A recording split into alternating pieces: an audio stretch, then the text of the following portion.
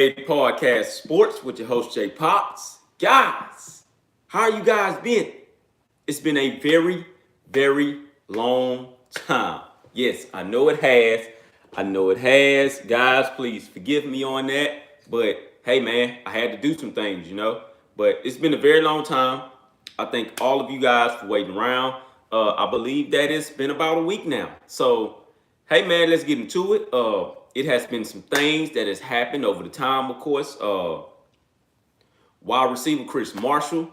They have moved him up to a five-star wide receiver in the 247. The 247 sports rankings, if you guys did not know, and I believe on the On3 rankings as well. So, man, there's been a lot that has happened since then. I thank all of you guys for sticking around in the waiting room and waiting for me to release the show. I know I kept on pushing it back, but hey, guys, we're here now.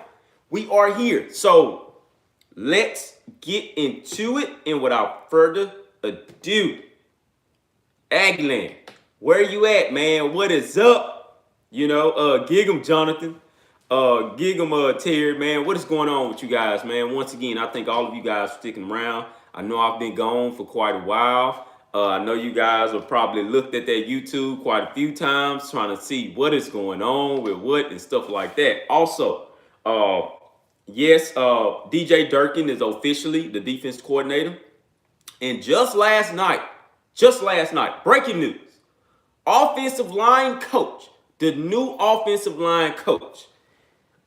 This is a guy that was the head coach. Well, that was the previous head coach for what was it? New Mexico State? No. I'm sorry, Colorado State. They said it was Steve Adazio. So he's coming from Colorado. To my knowledge, because I don't know much about the guy, but to my knowledge, he's one of the best offensive line coaches out there in college football, period. So, hey, man, welcome to the family. Also, breaking news. Coach Elijah Robinson, defensive line coach, former defensive line coach, by the way. Elijah Robinson has been moved up to assistant head coach. No. Wait a minute. I know DJ Durkin is defense coordinator, but Elijah Robinson has moved up to the run game. I think it was the run game coordinator and the assistant head coach. That's to all of the Elijah Robinson fans out there that was, just trying to see, okay, but what were they going to do with Elijah Robinson? Well, guys, I just told you. They moved him up to assistant head coach. So you know what that means? Everybody that thought anybody from that defensive line unit was going to leave, well, I can tell you, so far as recruiting, I can tell you this now. Oh, they're stuck, buddy. They are stuck. So once again, Elijah Robinson, which is one of the biggest moves, he is the new assistant head coach, man. That is unbelievable. I love that. And hey, man, let's continue to go from here because it's only up from here. All right, it is only up from here. All right, so guys, let's continue to talk about it, man. Let's go ahead and get on to some things. It took me a while because I wanted to really get all set up and have stuff ready for you guys so we can just go ahead and jump on into it. So, the latest intel on unsigned five-star Shamar Stewart heading into the University of Georgia visit.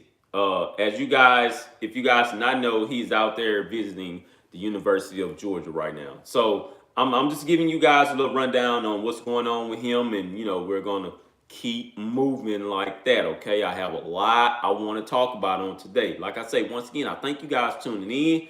Go ahead and get your lunch ready because it's now around like lunchtime. So get your lunch ready. We're about to head into some things, man, because we got a lot to talk about. All right. So Georgia would shoot. Nobody better not take that out of context, man. Excuse me there. But Georgia would shoot his shot with unsigned five-star defensive lineman Shamar Stewart this weekend as the South Florida-based pass rusher will be in Athens on an official visit starting early Friday evening. While Stewart has long been considering the Bulldogs, it sounds like the national champions are going to need to make up some ground over the next few days. If Stewart is going to end up inking with Georgia, as the latest intel continues to suggest that both Texas A&M and Miami are out in front. The good news for Georgia, with less than 2 weeks to go before National Signing Day. That push started Thursday night as Stewart met with both Trey Scott and Will Muschamp, who outlined that the Bulldogs have a need up front with Travion headed to the NFL. Only time will tell how things go at the University of Georgia, but the real official visit to keep an eye on will occur next weekend when Shamar makes his way down to Miami. The Hurricanes and the new head coach Mario Cristobal seem to have left a lasting impression on Stewart after he spent time in Coral Gables on an official visit last Saturday. And that's a big reason why the Aggies, who have been long considered the leader of recruitment, sent almost its entire coaching staff to meet with Stewart earlier this week. So if you guys did not know, earlier this week, there was a lot of guys that went down there to meet up with Shamar Stewart. And when we get off of this topic here, I'm going to discuss something with you guys so far as recruiting also that I don't think many of us just really thinks about. So I need all of you guys, to just continue to pay attention for when I leave this topic right here, all right?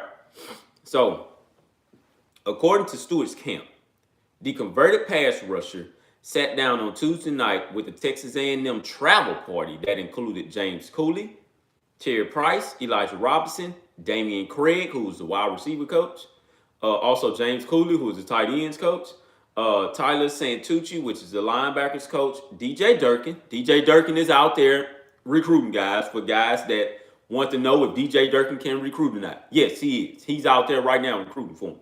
DJ Durkin and Bryant Gross, Armiento. I'm going to let you guys pronounce it on your own.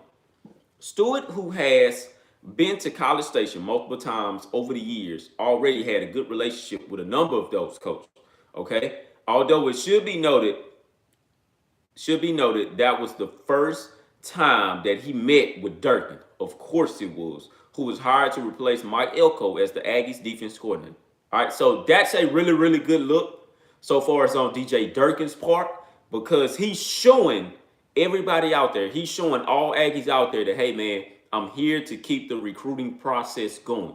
We do not want this to fall off the rails any type of way. I'm here to keep it going. Let's make it happen. All right. So Stewart apparently liked what he heard from Durkin. I have no clue what Durkin said to him. I want to know. So Stewart apparently liked what he heard from Durkin, but he really enjoyed getting a chance to catch up with Gross Armiento, who is originally from South Florida, and is one of the main reasons why Stewart is so high on Texas A&M.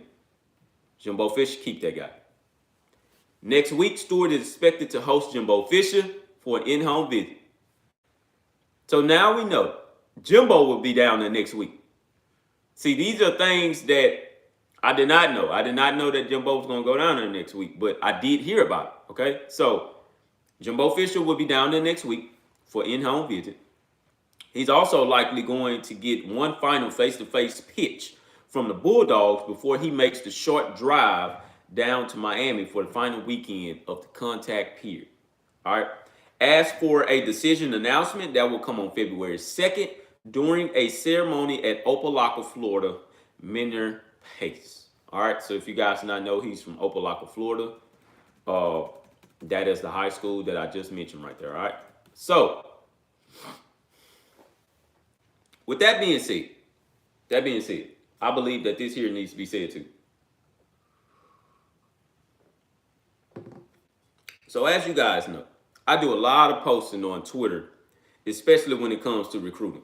And I'm not just talking about football here. I'm talking about basketball, baseball if I can, and everything like that, man. So I posted something on yesterday.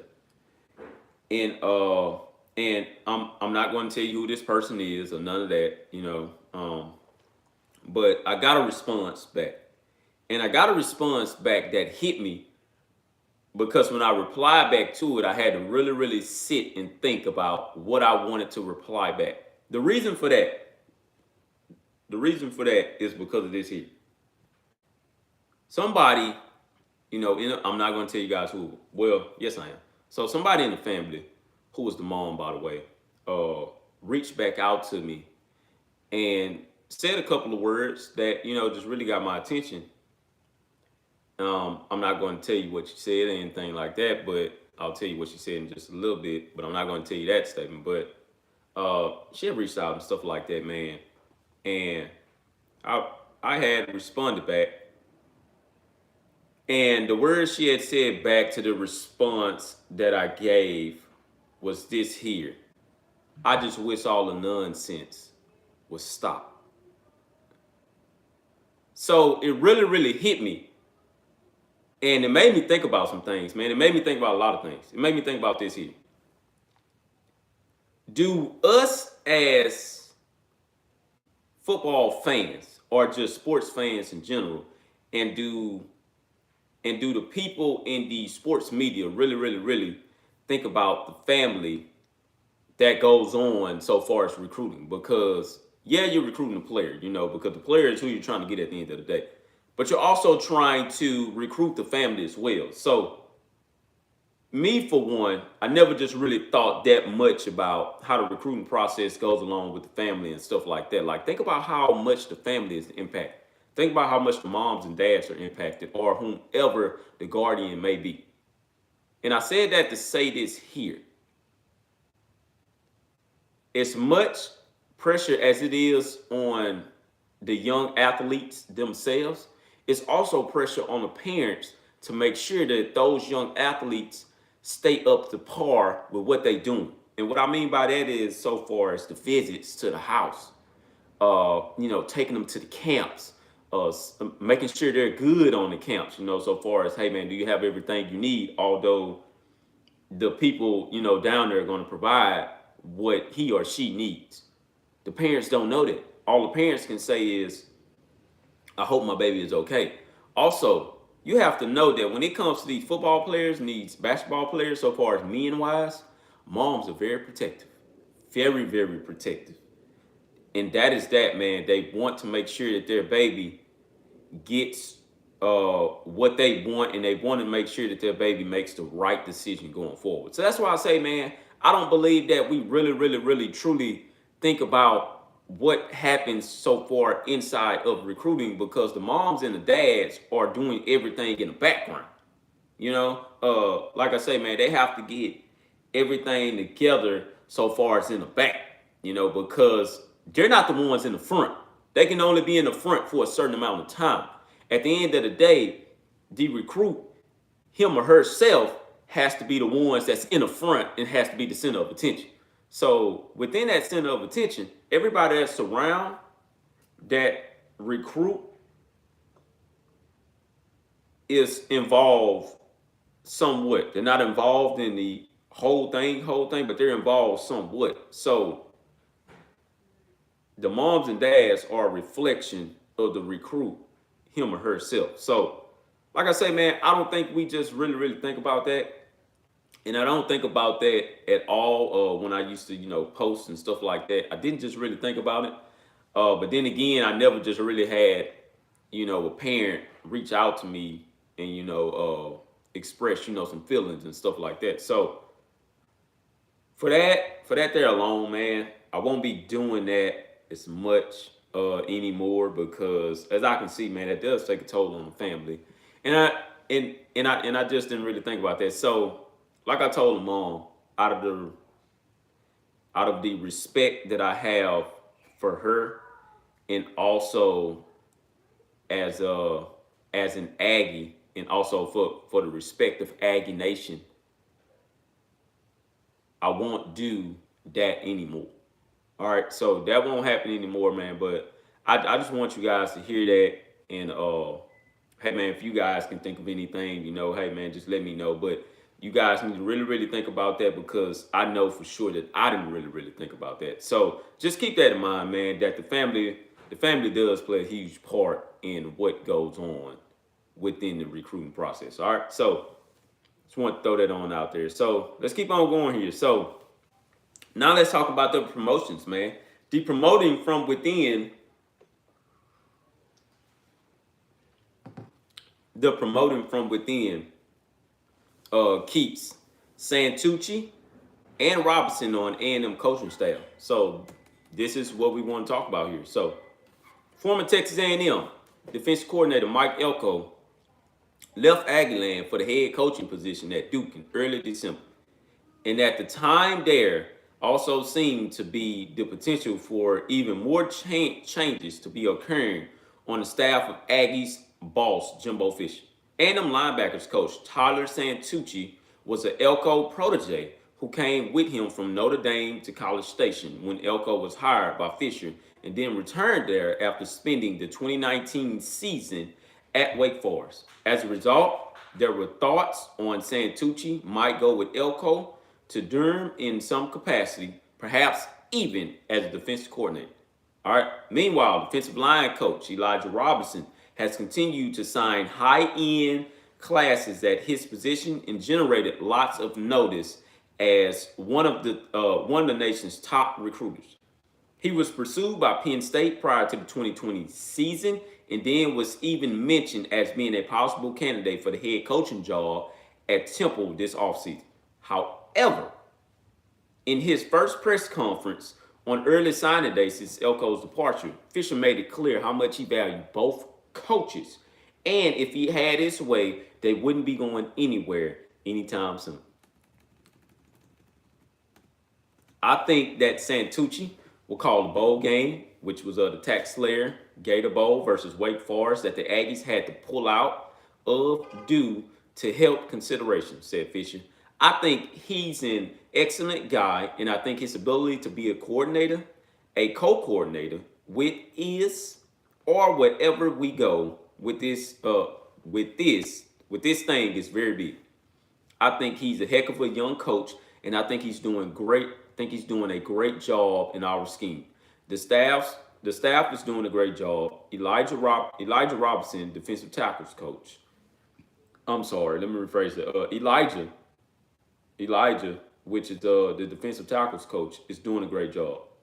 T.J. Russian, cornerbacks coach, is doing a great job. And Terry Price, the defensive ends coach, is doing a great job. We'll keep the status quo, and things have been going very well, and we'll make an addition higher in the future. So I believe that was one of the statements and stuff like that before DJ Durkin came aboard. So Fisher's statement about Robinson and Santucci officially came to fruition yesterday when the university officially designated DJ Durkin as the school's new defense coordinator. Robinson, who has been the Aggies defensive line coach alongside Terry Price since Jimbo Fisher arrived 4 years ago, is now assistant head coach, run game coordinator, and defensive line coach. Okay, so he got about 3 positions on yesterday. So that was all announced on yesterday. He has about 3 positions. I'm so happy for him because Elijah deserves that, as well as Terry Price. But this is the things you guys have to think about. When these guys take these positions, these guys are asked, hey, man, do you want this position? You know, and if you don't want it, hey, well, just tell me that you don't want it, and we'll continue to go from here. So I don't want anybody to think that, oh, man, Elijah got snubbed. You know, he got snubbed and stuff like that. No, don't think like that. It's just a simple fact that when these things are asked, these guys have to agree to it. You know, it's either yes or no, you know, and things like that. So I just want you guys to think about that. So Santucci has been A&M's linebacker coach for the past 2 years and was also an analyst in Jimbo's first year. He has been promoted to co-defensive coordinator and linebackers coach. So Santucci is a co-defensive coordinator, all right? Both not only get recognition for their work in terms of their titles, but also the additional salaries that come attached to such designations that can make it prohibitively expensive for programs offering similar titles, but lesser resources to pursue them. This not only allows Fisher to maintain continuity on the field via the same coaches working with their respective position groups, but also off the field as well. A&M added linebacker Harold Perkins in early January and could be adding 5-star defensive lineman Shamar Stewart by the late signing day. And just to make it clear, Harold Perkins, he is not officially committed, you know, just to let you guys know, he is verbally committed. All right, so I feel like I need to say those things and put that on out there, to just to make it clear and verify that Harold verbally committed. He hasn't officially committed so far as signing with the team. Okay. So it also sets up Santucci to be A&M's defensive coordinator if Durkin does well enough at his new gig to land a head coaching spot. Defensive coordinators don't bring in new schemes, he said. We're not changing everything. We run what we run, how we run it, the way we run it. We'll make additions, but the system is going to stay the same. 4 of your assistant coaches are staying the same. They see everything as status quo, just like we recruited them, so there's nothing to change. As a result, while other programs are underdog significant upheavals via the NCAA transfer portal and major coaching changes, the Aggies' continuity means that they can take advantage of such turmoil as evidenced by their top 5 status among a variety of early top 25 rankings for the 2022 season. I feel like we need to get into that too. Early rankings for the 2022 season. That is crazy. All right. So let's continue to move along here. And we're going to talk about this one as well, because we have a new 5-star, guys. If you guys have not seen, we now have 7 5-stars in the recruiting class right now. And I'm about to tell you who that 7th guy is, because that is crazy, crazy, crazy. So let me go to him. Also, and see, I hate when I don't have this stuff up for you guys already, man. That really, really annoys me now, because I'm supposed to have this up already so we can continue to move along. But oh man, that annoys me so much. So this is the new 5-star. We have a new 5-star guy, Chris Marshall. Chris Marshall, if you and your family is listening, congratulations to you and welcome to the 5-star club. When I seen that, so this is the thing about Chris Marshall. Chris Marshall took a bump from being at number 90, I believe, all the way up to number 31. So he's the last 5-star in the 2022 class, period. He's the last 5-star recruit in the nation. So he's number 31, and he's right at the last one. So in his position alone, he's 3rd in his position, and he's 8th in the state of Texas. The one who's number 2 at his position, of course, is Evan Stewart. Evan Stewart is still number 1. He did not move up anywhere. He is still the number 5 player in the nation. Chris Marshall is the number 31 player in the nation. That bond that him and Chris Marshall has both, and I like the bond that Chris Marshall has with Connor Wingman. Man, I'm going to tell you this, and I was out hanging with my Aggie buddy on yesterday, Mr. Morris Carter. We was out having lunch at 7 Spices Seafood on 1960. If you guys haven't heard of it, now you guys know. It's a pretty good seafood place. So go over there and check them out. So in 1960, once again, 7 Spice Seafood. But we were talking, and with the addition of Chris Marshall, Evan Stewart, and Damon Demas, that is 3 5-star wide receivers, all at Texas A&M at once. This has never happened before.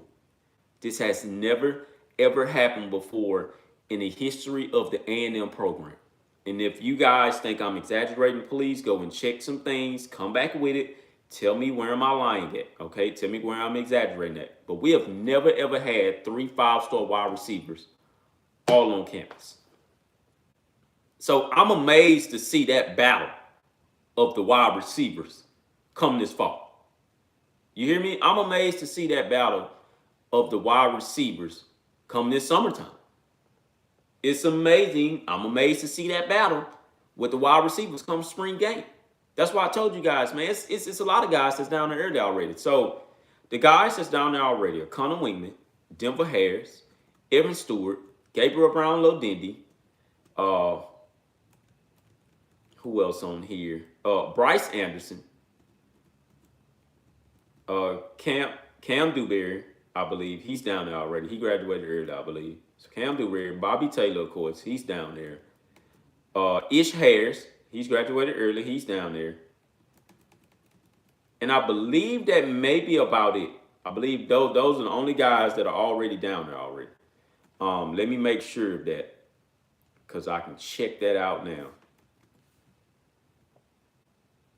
I just want to make sure that I'm correct on that.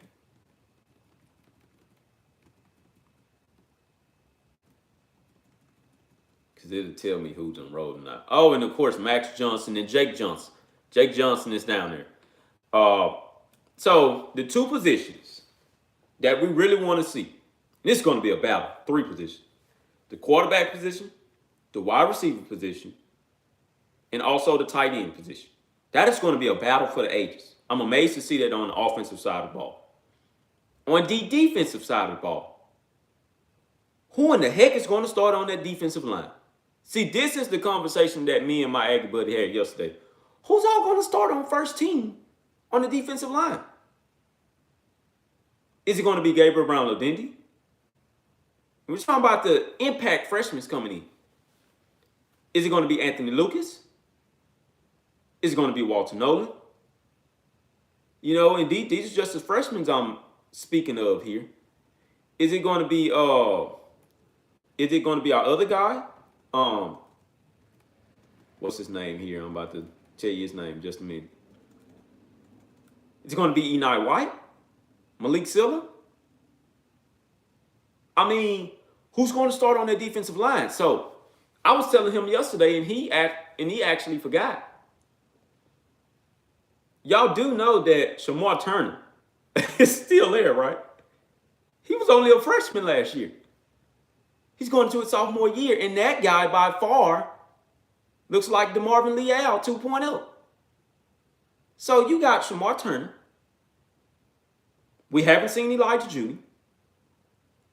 We've seen Fidel Diggs, so Fidel Diggs is undoubtedly going to be a starter. We've seen McKinley Jackson. McKinley is going to be a starter. Isaiah Rakes, he will be a starter, I believe. And, okay, so I named Shamar Stewart, Fidel Diggs, Isaiah Rakes, and McKinley Jackson. I believe that those are your 4 starters on the first team of rotation. Somehow, some way, Walter Nolan is going to be on that first team somewhere. I believe your second team is Gabriel Brown-Ladendy, Elijah Judy, Tumasa Deli, because you haven't even seen him. So on this second team, just know that these are the rotation guys. That's going to be the second man rotation. Tumasa Deli. Who else? I think maybe Eni White, Elijah Judy, and maybe like a couple of more guys, man. Oh, and maybe Anthony Lucas. We're so deep on the defensive line that if any running back this fall breaks through that defensive line, then that means somebody really, really, really missed that tackle purely. And you know, I'm country, so you guys might not hear that. Purely. They purely just missed the heck out of that tackle big time. I'm going to say this once again. If anybody gets to that defensive line, and that means we must be going up against the NFL offensive line, and they're really, really blocking. Wow, because, man, we got about 30 guys that we can put in rotation. Now, a couple of these guys are going to red shirt that I just mentioned. It's coming off the freshman team. A couple of those guys are going to red shirt. That's just what it is. So, I'm amazed to see what happens with that. The guy that's really, really under the radar, and I believe who was signed with A&M as well come February 2nd, it's this guy here. Because one of our safeties has went on ahead and walked away. You know, he went on ahead and entered the transfer report, which is Eric Young. So I'm sorry. So I didn't mention transfer report. Eric Young has officially hit the transfer report, people. He's out. You know, I don't know who he's going to sign with, but he officially hit the transfer report. Also, running back Devon Hubbard, he also hit the transfer report. A freshman running back. Didn't receive any carries, but he went on ahead and hit the transfer portal as well. I'm going to tell you like this, man. The guy that I believe we may sign, and it won't be a shocker by all means, is Jacoby Matthews. I'm still high on Jacoby. I'm still really, really high on Jacoby Matthews. I believe he may just sign with Texas A&M because of the simple fact of we had a safety that walked away. So why not? Do you not know that that would be the third, I believe, the third Louisiana kid that will sign with Texas A&M in 2 years? I believe that'll be like the third one. If I'm not, yeah, third one, because we got a quarterback coming in next year. He hasn't signed, but he committed. That is crazy how much Jimbo Fisher has been able to go into Louisiana and start plucking talent, top talent at that. If we can get Jacoby Matthews, the state of Louisiana is now officially holding a grudge against College Station in general. Okay? I'm going to say this once again. Baton Rouge is holding a grudge against College Station if that happens. And I know that for a fact. So, that's crazy. You guys have to think about that. Also, with the cornerbacks, man, I don't know who's going to start at corner because this is a guy that's returning. We have Miles Jones returning. We have our guy that got hurt last year. He's return. Brian George, that's the guy. He's returning for his senior year.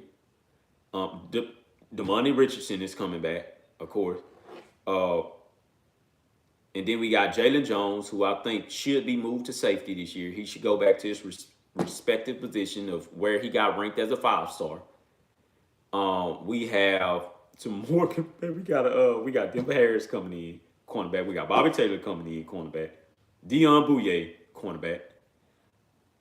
I mean, it's a lot of guys, and this is the reason to why, if you guys did not know, this is the reason to why Jimbo Fisher didn't use the transfer portal. He didn't have to. For what? It's no reason to use transfer portal now. It's just way too much talent that's already coming in on the incoming class. So, I mean, then you got talent from your last classes. So, it doesn't serve a purpose. Oh, and Anaya Smith is coming back at the wide receiver position. So you don't even much know who's going to start at the wide receiver. I mean, I have an idea. I believe Demond Demas, this will be his breakout year. This 2022 season, Demond Demas ain't going anywhere. This will finally be his breakout year. I believe Caleb Chapman is coming back as well. So he will also play a role. I believe Ezekiel Jones, if he does not transfer, he will get his shot. Jalen Preston, he will get his shot. Moose Muhammad, my God, if he doesn't start on slot or something, man, you got to put Moose somewhere, or you got to just call some plays. It's going to rotate. So this is what I was talking about yesterday. I believe for the first time ever, you will see a rotation like they were on defense for the wide receivers. I believe it will be a deep rotation of wide receivers coming in and out. That is how much I believe in that Jimbo Fisher will use all of his talent this year. And if he does that, man, I believe this team will be one of the first teams that scores a certain amount of points on offense and defensively hold the team to a certain amount of points. Literally every game. That's how much I believe in it. All right, so we're not going to stay on that too long. Let's keep on going here. I told you guys, man, pull up your chair, listen to this podcast. This is going to be a pretty long. Yes, I'm long-winded. My wife tells me that all the time. All right, so on the basketball. So let's talk about some college hoops, guys. Some college hoops. So we all saw the game on Wednesday between Kentucky and Texas A&M. The final score was 64-58 Kentucky. If you guys did not watch that game, then you all missed a hell of a game. And I was at work, and I had to let this game play. You know, now, of course, I was working, but I was also paying attention. So, you know, I don't know if that I don't know if that sounds right or not, but I was at work and this game was playing. And when I say the atmosphere was so lit, first and foremost, shout out to Aggie Nation, shout out to the 12th man. They absolutely sold that thing out to where they had to start turning people around at Reed Arena. And I'm gonna say this once again, man. They had to start turning people around at Reed Arena. Okay? It was 14,000 plus. That is a brand new record for Reed Arena. That's Aggie Nation. That's Aggie Nation showing up and delivering their promise to you. I told you guys, man, we don't just only do football. No, we care about all of them. You know? And it was the same thing for the women's game when they played Texas. They asked for people to show up and they showed up. And I think it was only about 7,000 there for them, though. But this game here, and the only reason why it was 7,000 is because that game, when they played them, I believe that it wasn't that many students on campus. So you had guys coming back to campus, man. Classes started back again. So that's the reason why this game sold out the way it did, you know, because the students were a big part of it. But it was about 14,000 plus in the atmosphere, man. We were up on Kentucky. Oh, man, we were up on Kentucky. The only problem that plagues this team a lot is the free throw shooting. And boy, when we don't hit threes, we look like the Houston Rockets of when James Harden was there and they was in that playoff game playing against the Warriors and they missed all those threes. That's exactly who they look like. They had the lead. Oh, man, they had the lead. But the lead just slipped away. It slipped away because of poor shooting at the free throw line and poor shooting at the three-point line. So I believe if I'm looking correctly, the box score for this was this here. I'm talking about, man, I think they was like 2 out of something. I believe they were 3 out of 21 from three-point range. So this is what we're looking at. And I told you guys, if that John Calipari team shows up, the one that played Tennessee, then it was going to be a long day. Just so happened that was kind of pretty much the same team, but they showed up and A&M showed up with them. So Henry Coleman, the third, who's the guard. I believe that this is the guy that came from Duke, if I'm not mistaken. So I believe that he's a senior, and he comes from Duke. Man, that guy's pretty good. He is pretty darn good. If you guys have not seen Henry Coleman, in which I know you guys have because he's primarily the star on this team. Henry Coleman had about 17 points, 8 rebounds, 1 assist. That's pretty darn good. Now, we're going to need to see more of that consistently. But as of right now, we are 15-3. It's pretty good. You know, it's no problem with that. But the rebounding that Texas A&M was doing, that impressed a lot of us because if you guys can remember, we're not a good rebounding team. We're not. But the way they lost this game, and I'm not talking about no more victors, the way they lost this game, they have now showed the NCAA as well as the SEC that they're not kidding around, man. You can't just come in here thinking you're going to stomp on us and you're just going to walk away. It's not going to be that easy. It's not going to be that easy at all. So like I say, Henry Coleman III had about 17 points, 8 rebounds, 1 assist. I believe Mark Williams, that's his name, or Michael Williams. Let me see, because I don't want to get his name wrong. Yeah, Marcus Williams. So Marcus Williams had about 8 points, 2 rebounds, 1 assist. Let's look at the next. Therese Radford. So Therese Radford, he had about 6 points, 5 rebounds. Like I say, I don't want to get these guys' names wrong. Ethan Henderson. Ethan Henderson didn't have any points, but he had about 2 assists. And look at the last young man, Andre Gordon. And Andre Gordon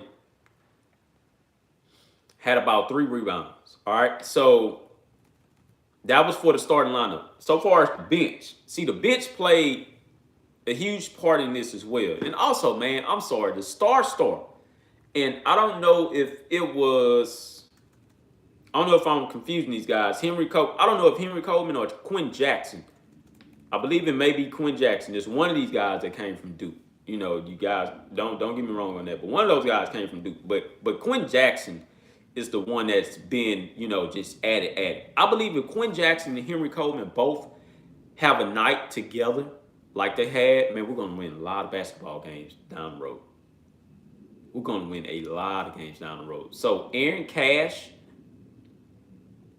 and these guys coming off the bench. Aaron Cash had about 8 points, 11 rebounds, 1 assist. Go to the next guy. Hassan Diarra had about 7 points, 1 rebound, 1 assist. Wade Taylor, he had about 6 points, 3 rebounds, 4 assists. So this is what I'm talking about, man. If these guys can stay like this, Quinn Jackson had about 6 points, 5 rebounds, 4 assists. See, that's 11 rebounds. That's what I'm saying. See, man, this was a darn good looking Aggie basketball team. That was it, man. That was a darn good looking Aggie basketball team. It's just a simple fact was that we just could not close it out. We couldn't close it out, man. But I guarantee you that if we would have closed that thing, if we would have closed it out how we want to close it out in the second half, came out shooting on fire, Kentucky would have never caught up. I promise you that Kentucky would have never caught up. So I don't know if you guys had watched the interview afterwards, but John Calipari was saying that that's the reason why he invested in a t-shirt company, because everywhere they go, somebody's having a whiteout, red, you know, blue, all kind of colors, man. But John Calipari knows that he faced the A&M team that should have beaten. And you can hear it in his voice. He's like, man, I'm surprised we got the hell up out of this. All right, so that's a good-looking Aggie basketball team. You guys just have to continue to watch them and just continue to be behind them, all right? So let me read a little statement here, and we're going to move along. I told you guys, man, hey, I think you guys tuned on in here. I think all of you tuned in. So College Station, Texas AP, Kentucky coach Calipari would certainly prefer his team shoot better than 36.2%. The Wildcats shot Wednesday night against Texas A&M. But the fact that the 12th ranked Kentucky won despite tying the season low with that shooting percentage actually pleased the veteran coach. I love those games. Absolutely loved them, he said. That means you know you had to fight and you had to guard and you had to rebound or you had no chance winning. Shiver Willer scored 12 points to lead the balanced scoring attack, and Kentucky used a strong second half to outlast Texas A&M 64-58. The victory extends Kentucky's winning streak to 4 games and snaps an 8-game winning streak for Texas A&M, which is 15-3 and 4-1 in the SEC. Our guys played with tremendous fight, tremendous toughness, tremendous togetherness from start to finish. Texas A&M coach Buzz Williams said, "We came up short, but not because of how hard we competed."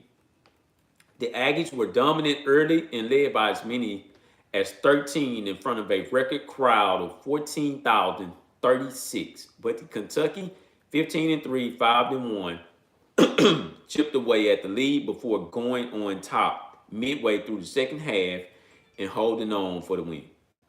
Calipari enjoyed the atmosphere of the rowdy crowd that was mostly dressed in white t-shirts handed out at the arena that was loud from start to finish. I want to be roundly booed, he said. I want guys to almost have an aneurysm booing, screaming so loud. Then I think, okay, I'm doing my job.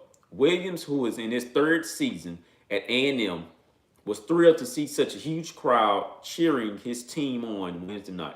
The environment is special for everyone, he said. That's what you want college basketball to be about.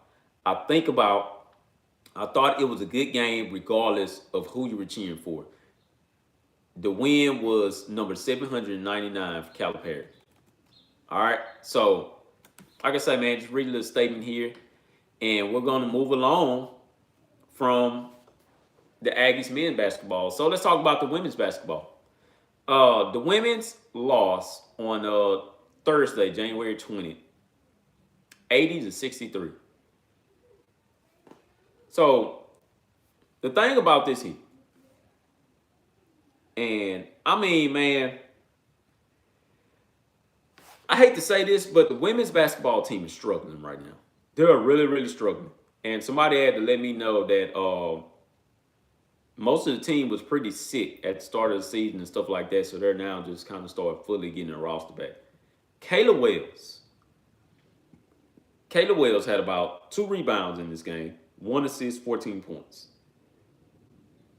It's going to take for her, Jordan Nixon, and Destiny Pitts to put it all together and just go out on just put the team on the back. Because like I told you guys before, man, this team is very, very young. But this team isn't very consistent, man. They aren't consistent at all. But I think it's just the lack of them all being together at once. You know, they haven't just really, really had a chance to be all together. So when I heard that, I said, man, you know, because this is where they lost the game at. They lost the game in the second quarter, in the third quarter. Now, in the fourth quarter, they start, you know, just really start coming alive. But at that time, man, the game was kind of already out of reach. You know, so I believe that the more this team plays, the more they will get better. I'm not sure if we'll make an SEC tournament this year. We should, though. But I don't even much know if we're going to make that. However, I do have faith in this team. I believe they'll get it together at the right time, and then they'll start clicking. But the 3 that I'm looking at is Kayla Wales, Jordan Nixon, and Destiny Pitts. If those 3 can put that together, man, and just come out and ball out, I believe this team is going to go very, very far. It's going to go further than what many people may expect because of the record that they have right now. Because the record they have is 11-7 right now. Like I say, man, it's just going to take a whole lot of things to sway their way. And they're going to have to win a lot of ball games. You know, they're going to have to absolutely take some ball games away from teams that they shouldn't be taking it away from. All right, so that's just what we have on that. And their next game should be on tomorrow. All right, so let's continue to move along here. So this is one that somebody wanted me to mention. As well as I told you guys, I'm going to start keeping up with a lot of this. I told you guys this last year, and I'm a man of my word. So this is one that somebody asked me to speak of. So this is the A&M women's swimming and diving. All right, so let's talk about this. First and foremost, the Aggies are ranked number 22. And they returned to action traveling to LSU. So I believe that game is live. I believe that competition is live. The last time I looked at it, it was saying that it was live. So the number 22 Texas A&M women's swimming and diving team hits the road for its first dual meet of the new year, taking on LSU Saturday, January 22nd at 11 a.m. at the LSU Auditorium. The Aggies raced against the Tigers earlier this season at the Art Amundsen Invitational as A&M took second at the meet with 965.5 points, and LSU finished in third with 564 points. Last season, A&M topped the Tigers 172-116 in the team's final home meet of the year. All right, so Chloe Step-Picanic posted the top time in the N50, 100, and 200 freestyle events, helping the Aggies tally 12 first-place finishes on the day. Step-Picanic boasts a pair of top 30 times in the nation this season, clocking at 145.02 in the 200 free and 4.43.4 in the 500 free at the Art Amundsen Invitational. A number of Aggies saw significant time drops at the Invitational, with the swimmers recording NCAA B cuts. Olivia Thiel set new personal bests in both butterfly events, going 52.9 in the 100 and 1.57.81 in the 200. Bobby Connect clocked the three collegiate best times, nothing B cut standards in the 100 free, 49.44, and 100 breast, 1.124. All right. Amy Wilson and Chloe Sinis have consistently been A&M's top finishers on the springboards this season, with Wilson tallying the highest score of the meet on 4 occasions between the two events. Wilson has brought home SEC Female Diver of the Week honors twice this season. All right, so they're doing really good. Most recently after sweeping the springboards against TCU. So you guys have to really pay attention to that swimming and diving. Like I say, the Aggies are ranked number 22 right now, and that invitational at LSU, well, that meet against LSU should still be going on. I also have talked about some track stuff. I have to squeeze that stuff on in here as well, but they should be down there still going at it with LSU. So, not only that, the Aggies men's swimming and diving team, who is also ranked in the top 25. So number 23, A&M hits the road to take on LSU. So both of them are down there. Men and women's are down there right now taking on LSU in their meet. So the number 23 Texas A&M men's swimming and diving team returns to action on Saturday, January 22nd at LSU at 11 a.m. The dual meet with the Tigers will be the second time the two teams have seen each other this season after competing at the Art Addison Invitational in the fall. A&M finished second at the meet with 881 points, and LSU took fourth with 410 points. Last season, the Tigers and the Aggies closed the dual meet season in College Station with A&M earning a 176 to 122 victory as A&M clocked the fastest time in 10 events. At the Art Addison Invitational, 6 Aggies recorded times that remain in the top 30 nationally. Ethan Golisy lowered his personal best with a time of 46.14 in the 100 back and posted the 14th fastest time in the country in the 200 back, 141.57. Ans Fairs Erzen boasts top 25 times in 3 events in his first season in Aggie land as the junior transfer clocked in at 1.42.26 in the 200 back, 1.44.42 in the 200 IM, and 3.44.58 in the 400 IM. Andrews Pointed rounds out the trio of Aggies with multiple top 30 finishes, top 30 times after finishing the 200 breast in 154.09 and the 400 IM in the 3.45.63 at the Invitational.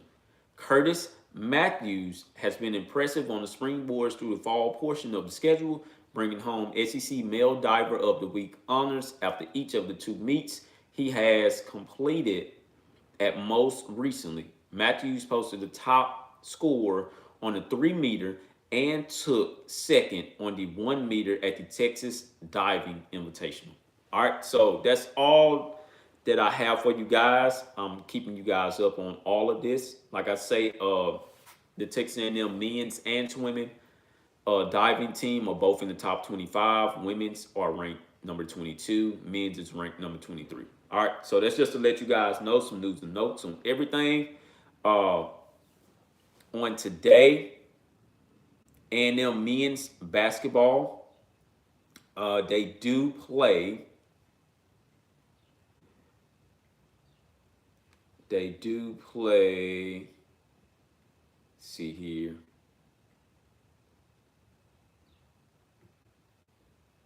On today, they play Arkansas. All right, so you guys need to really watch that. As of right now, Kentucky and Auburn is going on right now, in which I am going to turn on. But on today, Texas A&M Arkansas play at about 7:30 p.m. on SEC Network men's basketball. So you guys need to keep an eye out on that. They go up to Fayetteville, and Arkansas is looking to return the favor of us beating them the first time. So they play them as well, and what else I have for you guys? I don't believe I have anything else. That is it. That is all that I have. So as of right now, we're getting ready for National Signing Day, the traditional National Signing Day on February 2nd. So far as football, we'll get ready tonight for Arkansas and A&M men's basketball. On tomorrow, it should be some women's basketball.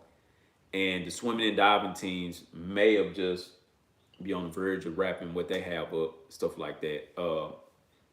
I don't believe that's on SEC Network. You guys have to really, really find that. You can't quote me on what channel to find that stuff on. I don't know right now. So, other than that, guys, that's all I have for you. I thank all of you guys for tuning in. I thank all of you for just sitting here for about 53 minutes. We've been here for about 53 minutes, almost 1 hour. So I thank all of you guys for tuning in. Please continue to hit that subscribe button and tell a friend to continue to tell a friend. I will be back. I'm not going anywhere. I will be back on tomorrow to discuss some more things. I love all of you guys. #Aggie Max.